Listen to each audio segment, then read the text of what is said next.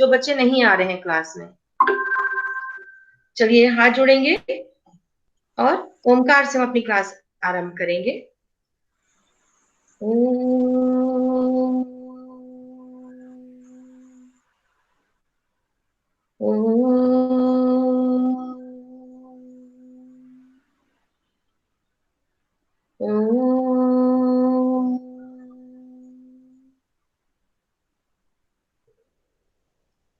Sai Ram and God bless you all. अपनी पिछली class में हमने सिल्वर वेडिंग जो चैप्टर है इसका डिस्कशन किया था, इसकी पुनरावृत्ति की थी, लेकिन कहीं ना कहीं आपके प्रस्तुतिकरण से, प्रश्नोत्तर चर्चा से मुझे संतुष्टि नहीं हुई थी। इसीलिए आज पुनः हम इस पाठ का एक बार फिर से रिवीजन कर रहे हैं, पुनः इस पाठ की चर्चा कर रहे हैं। तो चर्चा करेंगे हम आगे। उससे पहले पूनम, आप प्रस्तुति के लिए तैयार हैं? Yes ma'am. ठीक है बेटा, over to you, please start. Om Shri Sai Ram. इस पाठ का नाम है सिल्वर वेडिंग और इसे मनोहर श्याम जोशी जी ने रचा है। इस पाठ में ये बताया गया है कि एक व्यक्ति यशोधर पंजी की विवाह की 25वीं सालगिरह का वर्णन किया गया है। और जो दूसरी सबसे प्रमुख बात है जो इस पूरे चैप्टर की, वो ये है कि इसमें 2 पीढ़ियों के अंतराल को दिखाया गया है। तो सिल्वर वेडिंग का मतलब ही होता है विवाह की 25वीं सालगिरह। तो ये पाठ कुछ इस प्रकार है कि यशोधर पंजी एक सेक्शन ऑफिसर है और वो एक सीधे सरल रिश्ते नाते निभाने वाले और पुराने विचारों और आदर्शों को निभाने वाले व्यक्ति है। वे अपने गांव, धर्म, अपने गांव, परिवेश और समाज की परंपराओं को निभाने वाले व्यक्ति है। परंतु उनकी इसी पुरानी विचारों और आदर्शों के कारण वे इस नए परिवेश में मिसफिट होने की त्रासदी को झेलते हैं। उनका वर्तमान उनके पुराने विचारों से मेल नहीं खाता। वे ना ही इस नए परिवेश को त्याग सकते हैं और ना ही अपने पुराने संस्कारों को छोड़ सकते हैं। अतः वे इसी द्वंद में अपना जीवन जीते हैं। उनके गुरु भी है कृष्णानंद पांडे। तो ये जो कृष्णानंद पांडे उनके गुरु है, उन्होंने जो कुछ भी आज तक सीखा, जितने भी सिद्धांत उनसे और जितने भी विचार उनसे मिले कृष्णानंद, उनसे वो बहुत प्रभावित है यशोधर पंजी। और यशोधर जी की मुलाकात कृष्णदास से तब हुई थी जब वो गांव से पहली बार एक शहर आए थे, दिल्ली में आए थे, तब उनसे मुलाकात हुई थी। तब कृष्णदास जी ने ही उनको अपने घर में शरण दी थी, उनको परिवार में भेजने के लिए पैसे भी दिए थे और वो उनको ऑफिस के कार्यों के साथ साथ जीवन के विभिन्न प्रसंगों की दिशा निर्देश भी दिया करते थे। वो उन्हें ऐसी छोटी छोटी बात बताया करते थे, जैसे कि रोज early to rise early to bed, रोज सुबह उठा करो, अपने अधीनस्थों के साथ हल्का फुल्का मजाक भी कर लिया करो, रोज मंदिर में जाकर ध्यान किया करो या फिर प्रवचन सुना करो। ऐसे ही कुछ छोटी छोटी बातों से ये जो यशोधर पंत जी थे वो बहुत प्रभावित थे और उनका ऐसा एक सपना जैसा था कि वो कृष्णदास जी से जैसा बने, उनके जैसे ही विचार अपने मन में लाए, उनकी जैसी हैबिट्स उनमें लाए। तो परंतु अभी कृष्णदास जी की मृत्यु हो चुकी थी। जब यशोदा पंजी को उनकी याद आती थी तब वो ये सोचते थे कि कृष्णदास जी ने कभी विवाह नहीं किया, ना ही उनके कोई बच्चे थे, पर और साथ ही वृद्ध अवस्था में उनको अपने ही फ्लैट से निकाल दिया गया था और गांव में भेज दिया गया था, जहां पर वो साल भर में उनकी मृत्यु हो गई। जब यशोदा जब यशोधर पंजी को ये बात पता चलती है तब वो गांव में जाते हैं और वहां पर लोगों से पूछताछ करते हैं कि क्या हुआ था, उनकी मृत्यु कैसे हो गई। तब लोग ये बताते हैं जो हुआ होगा। इससे पता चलता है कि लोगों को आराम से पूनम, आराम से बोलो, तसल्ली से, कोई दिक्कत नहीं है, घबराओ नहीं, आराम से बोलो। बहुत अच्छा, वेरी नाइस, थैंक यू। तो जब यशोधर जी गांव में जाते हैं तो लोग बोलते हैं जो हुआ होगा। इससे पता चलता है कि लोगों को उनके बारे में इतनी जानकारी नहीं थी। तो इससे ये ऐसा क्यों हुआ होगा, क्योंकि शायद उन्होंने कभी विवाह नहीं किया, ना ही उनके कोई बच्चे थे और जब उनकी मृत्यु हुई तो उनके सामने रोने वाला कोई था भी नहीं। तो उनको कभी कभार लगता है यशोधर जी को, पहले उनको ऐसा लगता है कि नहीं यार, मुझे तो शादी नहीं करनी चाहिए थी, मुझे बच्चे नहीं होने चाहिए थे मेरे, काश मेरी ये कृष्णदास जी जैसे ही सरल और सादगी से मेरा जीवन बीत जाता। परंतु जब उन्हें ये सब बात याद आती तो उन्हें एक टाइम के लिए अच्छा भी लगता है, हाँ कि हाँ मेरी पत्नी और मेरे बच्चे। तो ऐसा ही है। फिर तो कहानी की शुरुआत ऐसे होती है कि ना आज के दिन जैसे यशोदा पंत जी की सिल्वर वेडिंग होती है, तो उनके जो अधीनस्थ, उनके जो जूनियर्स है, उन्हें इसकी बधाइयां देते हैं और मिठाई मांगते हैं, तो वो 10-10 रुपए दे देता है।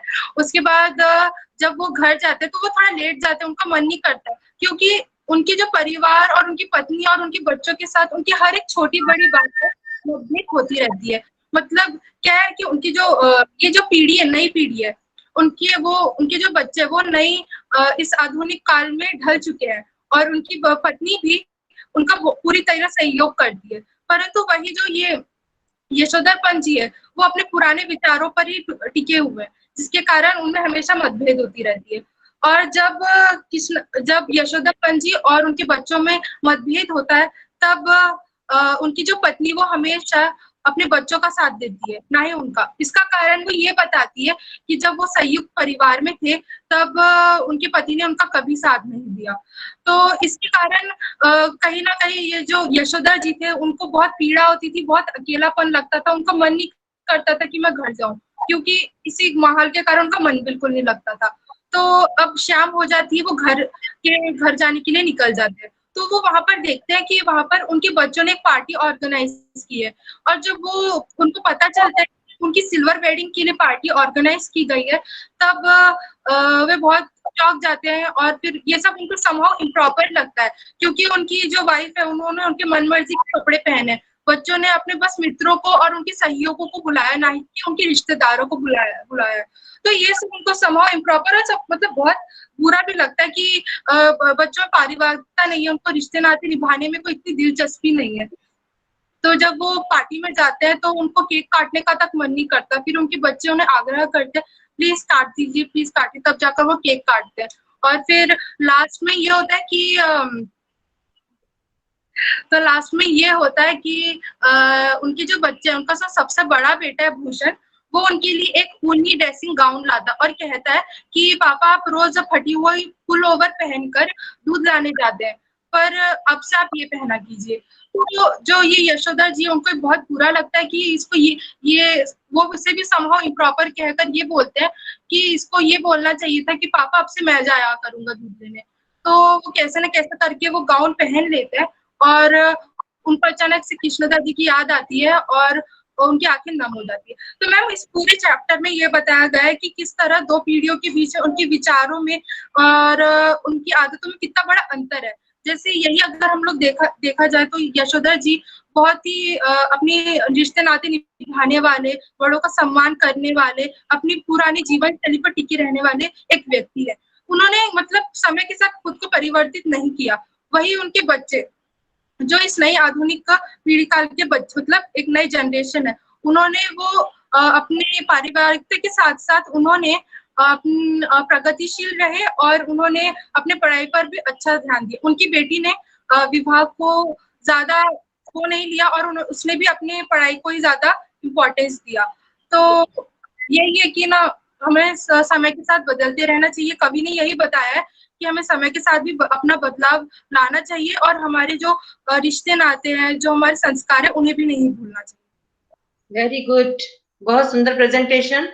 Clap for Poonam, very nice. Yes, very good Poonam, very good.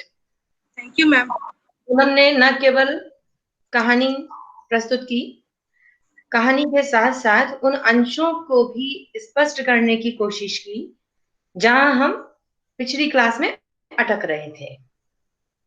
जैसे जो हुआ होगा, somehow improper। ठीक है, तो इस पाठ के जो प्रश्न हैं उनका उत्तर भी क्या होना चाहिए, वह भी एक दृष्टि पूनम ने हमें दी। अब सबसे पहले तो ये बात कि क्लास में से किसी भी स्टूडेंट को, किसी भी बच्चे को कोई संदेह है तो प्लीज पूछिए, चर्चा कीजिए, चाहे वो उत्तर आप में से ही किसी के द्वारा आए, चाहे मेरे द्वारा आए।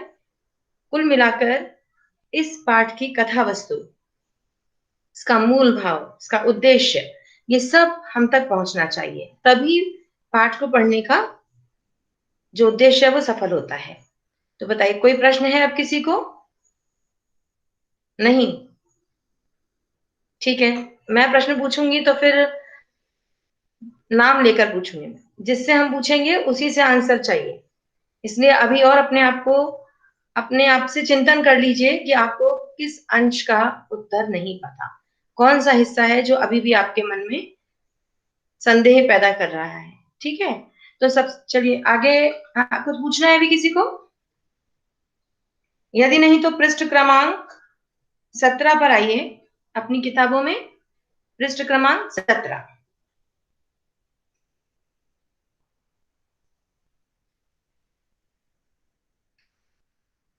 और मंजुल आप पढ़ना शुरू कीजिए जहां से मैं बताऊं।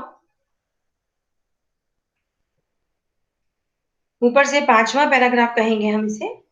यशोधर बाबू किशनदा से पूछ रहे थे, यहां से मंजुल आप पढ़ना शुरू कीजिए। मंजुल आप हैं क्लास में? Yes ma'am. ओके, किताब है आपके पास? यस ठीक है, मैम। आपको पंक्ति मिली जहां से मैं पढ़ने के लिए कह रही हूँ? ढूंढ रहा हूँ, देखिए शुरू में 2 लाइन, फिर 2 लाइन, 2 लाइन, उसके बाद 1 2 3 4 5 लाइन, वहां से फिर आपको शुरू करना है। मैम पृष्ठ क्रमांक 17।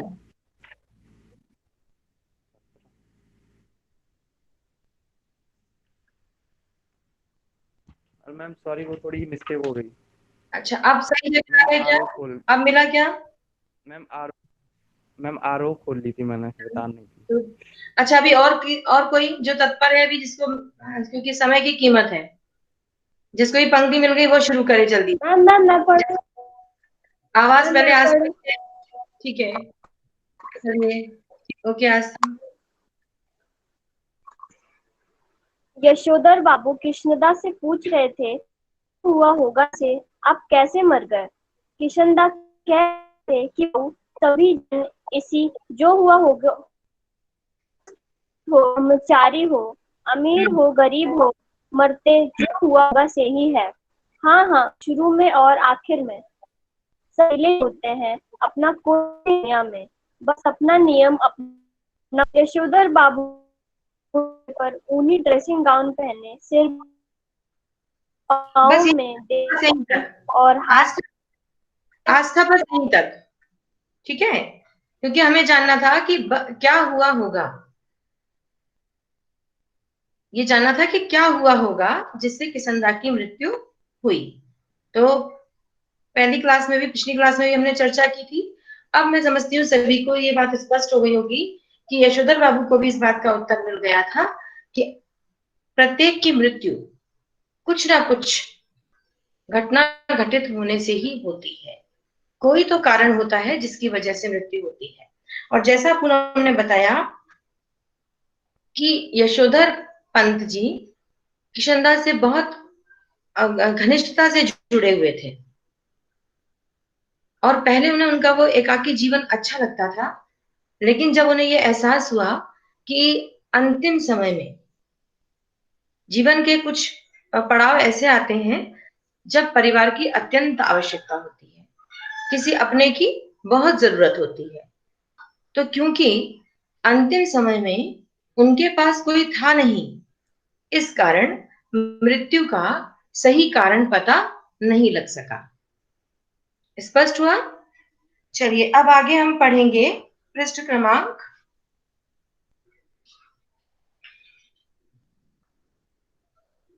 19 पर आखिरी पैराग्राफ। यह कहना मुश्किल है कि, नंदिनी पढ़िए।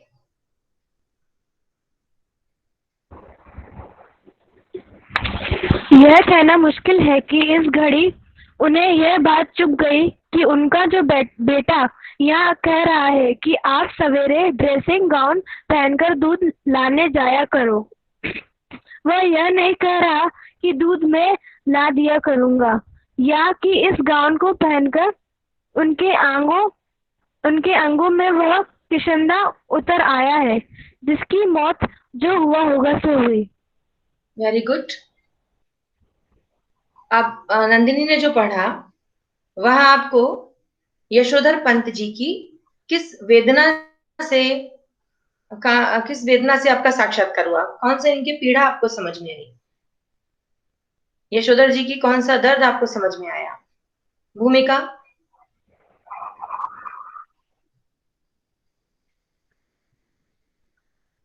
जल्दी जल्दी आवाज दें, जल्दी जल्दी आंसर आना चाहिए। अब जिसको आवाज लगा वो लेफ्ट हो जाता है मीटिंग से, ये अलग विडंबना है। आवाज लगाने में डर लगता है, क्योंकि आवाज लगाओ लेफ्ट हो जाएंगे। शिफा, लेफ्ट हो गया? Yes ma'am. यस।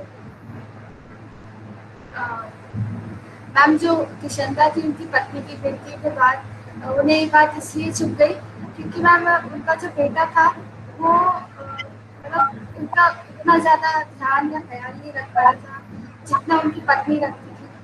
और वो उनसे, उनका बेटा होकर उनसे ये कहने के बजाय कि आपका काम मैं कर देता हूँ, वो उनसे उसी काम को सही ढंग से करने के लिए बोली। तो हो सकता है उनको ये बात चुप गई।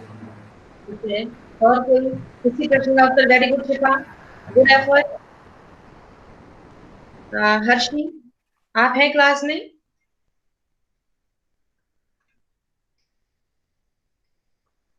चलिए, जब तक हर्षी नहीं है, मानवी।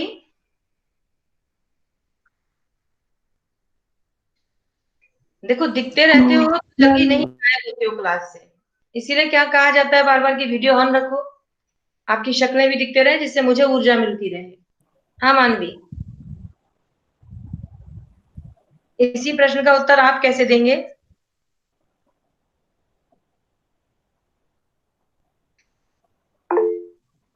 मानवी है सम नेटवर्क प्रॉब्लम। ओके, श्रेष्ठा?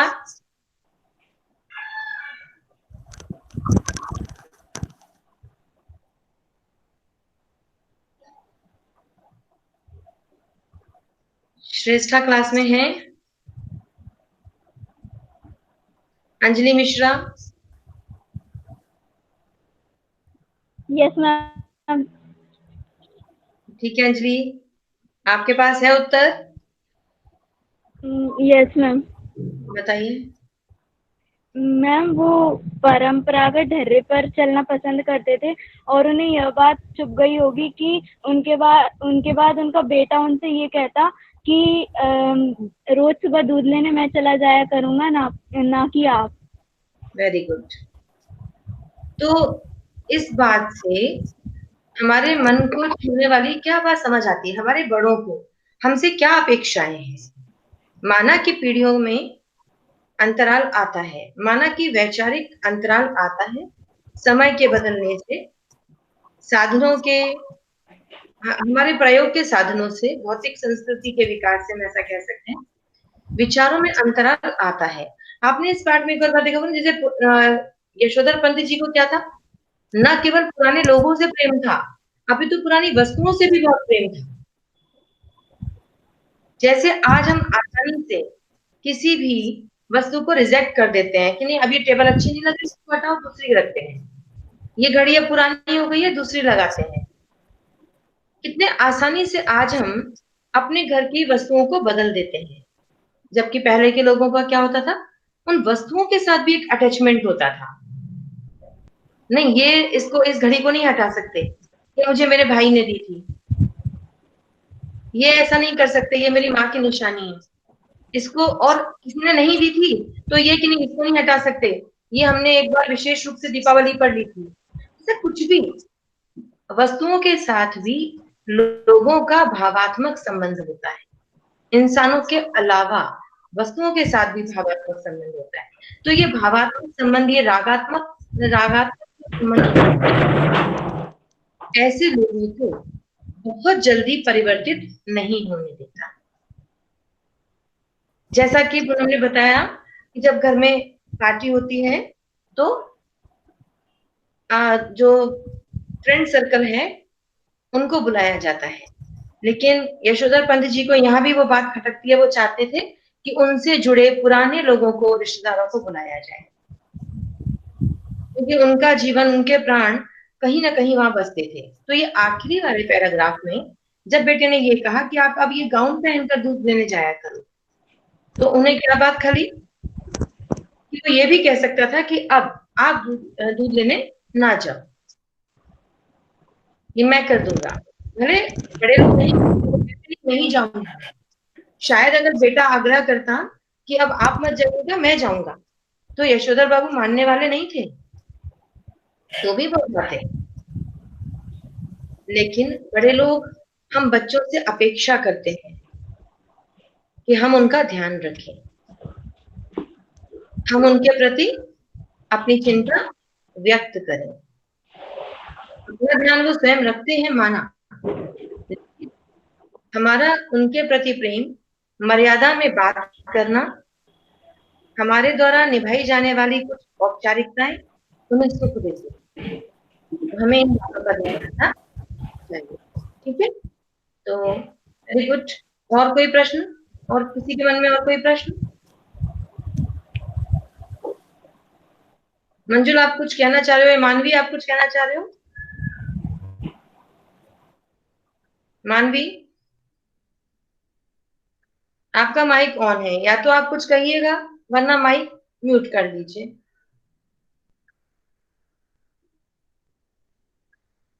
ठीक है, मंजुल, कोई सवाल? किसी के मन में कोई प्रश्न? नहीं, ठीक है। बाकी जहां तक मैं समझती हूँ, आस्था ने इस प्रश्न का उत्तर बहुत अच्छे से दिया था कि यशोधर बाबूजी को क्या बात खटकी, क्या बात उन्हें बुरी लगी, और किस तरह के उत्तर की वो अपेक्षा कर रहे थे। तो एक बार आस्था, यदि आप है ना, आप तत्पर हैं, आप तैयार हैं, तो एक बार आप इस पाठ का मूल भाव प्रस्तुत कर सकते हैं, जिससे ये पाठ हमारा मेरे हिसाब से पाठ की हमारी जो टिप्पणी है वो जो हमारे विचारों। आवाज नहीं आ रही बेटा, हम आस्था अभी आवाज नहीं आ रही, थोड़ा सा वेट करते हैं, आवाज आपके भी स्पष्ट नहीं आ रही। एक बार माइक म्यूट करके पुनः आरंभ करके फिर बोलने का प्रयास करो। एक बार माइक म्यूट कर लो, फिर से ऑन करो, शायद नेटवर्क प्रॉब्लम है कुछ, ऐसा मुझे लग रहा है। हाँ आस्था,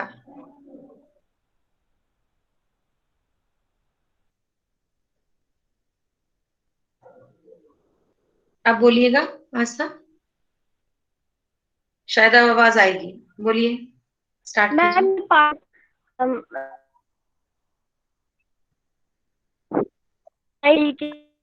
कि तो समझ में आकर बताते हैं। और जहाँ तक मैं समझती हूँ कि जैसे यशोधर बाबू की पत्नी ने सभी चीजें एक्सेप्ट कर ली, वो इस तरह खुश भी रहती।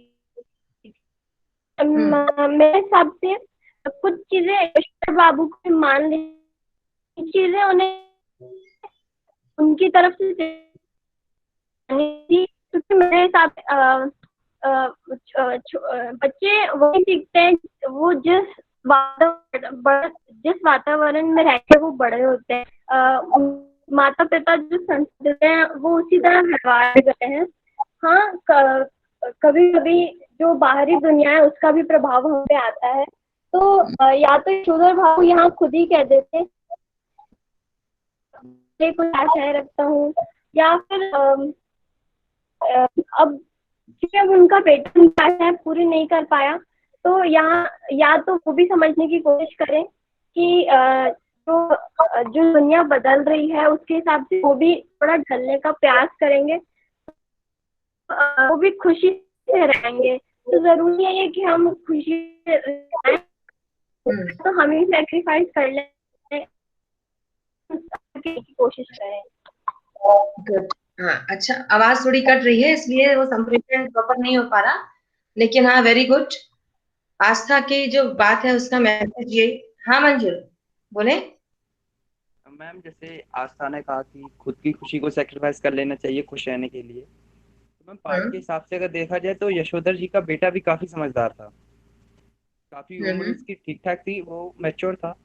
तो मैम अगर वो चाहता तो वो कर सकता था, क्योंकि थोड़ा बहुत अगर अंडरस्टैंडिंग होती दोनों के बीच में मैम नॉर्मल वे में बोल रहा हूँ, मैंने पाठ अभी उतने अच्छे से मैंने काफी दिन से नहीं पढ़ा है। तू नहीं पढ़ा? कल तो डांट खाओ फिर। मैम आप कितनी बार हमने डांटिए ना। रिक्वेस्ट किया था, मैम पढ़ा था वो पढ़ो। अच्छे से याद नहीं है, काफी पहले पढ़ा था। चलो ठीक है, अपने मन की बात करो। हाँ फिर? हाँ, तो मैम बात ये है कि जैसे कि अभी उसके पापा वो अगर वो बोल रहे हैं तो अपेक्षा रखते हैं। मेरे साथ क्या होता है कि मैं सब्जी लेने जाता हूँ, मेरे पापा बोलते सब्जी ले, मैं जैसे ही बैग पकड़ता हूँ जाने के लिए तो बोलते तुझे लेना नहीं आएगा, तू ना जा। मतलब हम्म। अपेक्षाएं सारे रखते हैं पर फिर करने नहीं देते हैं। नॉर्मल तो यही होता है। यही बात मंजुल, यही बात मैंने अभी आपसे कहा। मैंने अभी आपसे यही बात कही ना, मैंने आपसे यही कहा कि अगर उनका बेटा ये कहता कि आप नहीं जाना, कल से मैं जाऊंगा, तो शायद यशोधर बाबू नहीं मानते। पर वो मैम स्वयं नहीं जाते। पता है क्यों? ऐसा क्यों बताओ?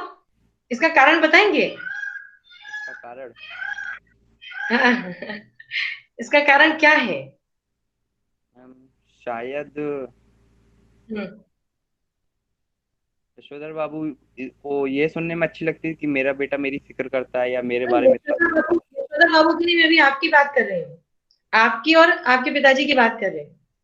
क्यों नहीं वो चाहते कि आप जाएं? क्यों वो जाना चाहते हैं सब्जी लेने? है। मैम उनकी वॉक हो जाती है, वो शाम को वॉक पे जाते हैं। एक कारण ये भी है क्योंकि घर में उन्हें घुटन महसूस होती है, थोड़ा बाहर निकलना चाहते हैं, बाहर निकलने के कारण ढूंढते हैं, हम्म, है ना? और और एक और बात क्या, इसके अलावा क्या? चाहते हैं मैं घर में आराम से रहूं, वो तब तक बाहर क्यों जाऊं, मैं परेशान हूँ बेकार में। इसके अलावा उनको एक और बात लगती है कि कुछ चीजों की जो समझ उन्हें है वो आपको नहीं है। हाँ। सब्जी की जो क्वालिटी है, जो गुणवत्ता है, उसकी परख आपको नहीं है। सब्जी वाले से, है ना, मोल भाव करने की समझ आपको उतनी अभी नहीं है। नहीं है। एम आई राइट और रॉन्ग? हाँ मैम कह आप सकते हो कभी आप। नहीं, आप कभी लेके आ जाओ तो देखो, बड़े लोग कहते हैं अरे तुम ये ऐसा उठा के लेके आए, तुमने दो तीन जगह ट्राई नहीं किया होगा, हाँ है ना? होता है मैम। क्यों? उनका अनुभव, वो और कोई बात नहीं, उनका अनुभव, सच में उनका अनुभव। तो कहीं ना कहीं हम अगर अपना तरीका बदल ले, अगर हम इतना कह देते हैं ना कि मैं जा रहा हूं, जैसा कि आपने कहा मंजूर, कि आप बैग उठा के आगे बढ़ते हैं तो वो कह देते हैं कि मैं जा रहा हूं, लेकिन आपका बैग उठाकर आगे बढ़ना, ये उन्हें बहुत शक्ति देता है, ये उन्हें बहुत ऊर्जा देता है, ये उन्हें बहुत आनंद देता है। फिर काम भले वो ही करेंगे, लेकिन आपका जरा सा कंसर्न यदि आपको किसी बड़े को आपको आशीर्वाद देने के लिए विवश कर देता है, तो ये मान के चलिए, ये आपकी जिंदगी की सफलता का एक बहुत बड़ा कारण है। आपके बुजुर्गों के पास कुछ घड़ी आपके बैठ जाने से अगर उन्हें अच्छा लगता है, तो ये आपका सौभाग्य है कि आपके पास बड़े बुजुर्ग हैं। ठीक है? तो इस पाठ का सारांश हम सबने जाना, इसका जो उद्देश्य है वो भी जाना, और कोशिश करें कि इस पाठ के उद्देश्य को हम अपने जीवन में उतारें। इसीलिए पिछली क्लास में मुझे गुस्सा आया था, क्योंकि मुझे संतुष्टि नहीं हुई थी। और अगर किसी पाठ का संदेश बच्चों के मन तक नहीं पहुंचा, तो उस पाठ का पढ़ने का कोई मतलब नहीं है। भले आप प्रश्नोत्तर में 10 में से 10 नंबर लेके आ जाए, वो 10 में से 10 नंबर किसी काम के नहीं है अगर आपके वैचारिक स्तर पर वो बात बैठी नहीं तो। ठीक है? इसलिए so very good, very well done, clap for you all, and God bless you. Sai Ram. अगली क्लास में मिलेंगे हम अगली चर्चा के साथ। ठीक है? तो कौन सा पार्ट लेंगे हम अगली क्लास?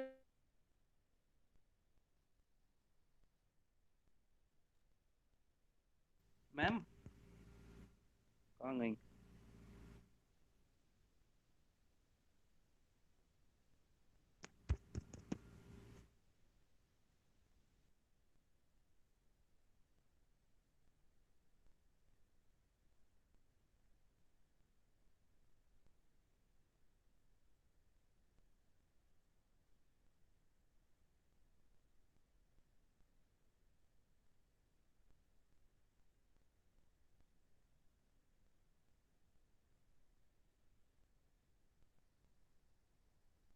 हाय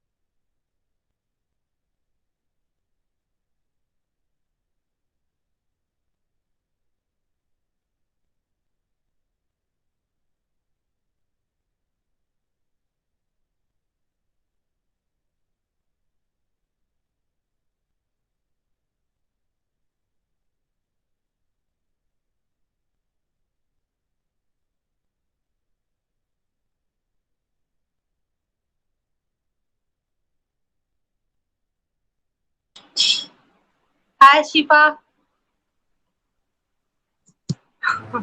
हाय। और मैम आएंगी क्या? पता नहीं, शायद नेटवर्क प्रॉब्लम होगा। मैम तो चली गई। क्या करे अब, रुके कि नहीं? मैं तो जा रही हूँ। पता है रिकॉर्डिंग चल रही है। अरे हाँ, मैम नहीं आएंगी शायद। और बताओ। और नंदिनी क्या हाल चाल? और कुछ नहीं, मजा आ रहा है घर पे। कुछ मजा नहीं आ रहा है यार, मजे की यार बात करते हैं। बहुत मिस कर रही थी हो यार, सच बता रही हूँ। क्या? बहुत मिस कर रही हूँ मैं तुम लोग सबको, बहुत अच्छा लग हाँ, रहा है।